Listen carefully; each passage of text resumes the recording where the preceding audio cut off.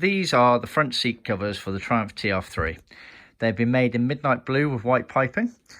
These are leather faced, meaning that on the cushions here, the horseshoe surround here is leather, as are the pleats.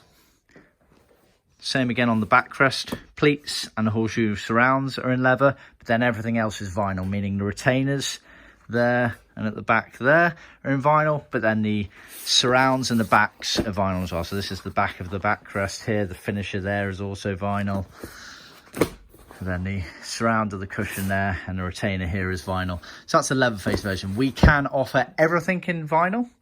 We can also offer everything in leather, but these are the in-between option, the leather faced option. You also get material to recover your frame at the base area. This is based on one tilt and one fixed frame, which is original. We can also help if you have two, say, tilt frames, which some people choose to push in the car for easier access to the back area of the car. It's worth noting on the TR3 as well with the white piping. So white piping was original for the TR3, but whereas the TR3A, up until the end of the TR5 and TR250 range, when they used white piping, they only piped the outside of the seats in white, whereas the inside would have been the same colour. However, the TR3 used white piping on the inside and outside, so that is original for the TR3 model, so just bear that in mind.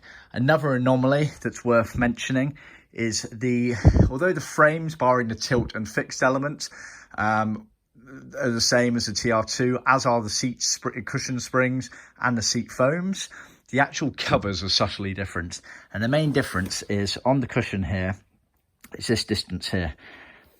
On the TR3, it's ever so slightly wider, and that's done deliberately. On the TR2 model, it was a lot squarer. It came around here and it sort of went along here, went around there. And it meant that when you were trimming it to your spring, the piping followed the contour exactly of the spring going around. It meant when you sat in the car that piping kind of rubbed against the back of your knees. So one, it was kind of uncomfortable, and two, I guess there's an argument that it might wear away the seat a bit quicker.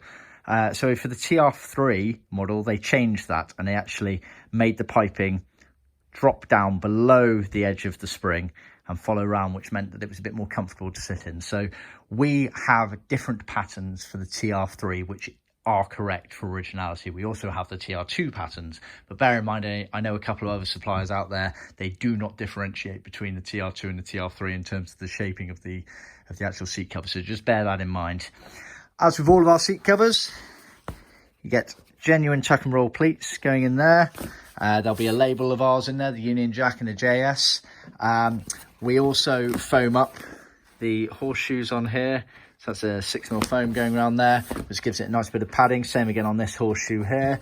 And, you know, we've been using these same patterns for 4 decades now, so we know they work well. If you have any questions whatsoever, or even a professional trimmer's unsure on the way something should look, just give us a call. We've been doing this for a long time. We know the ins and outs, we know the pitfalls, and we know how to best get the results in fitting these seats. See our website for more details.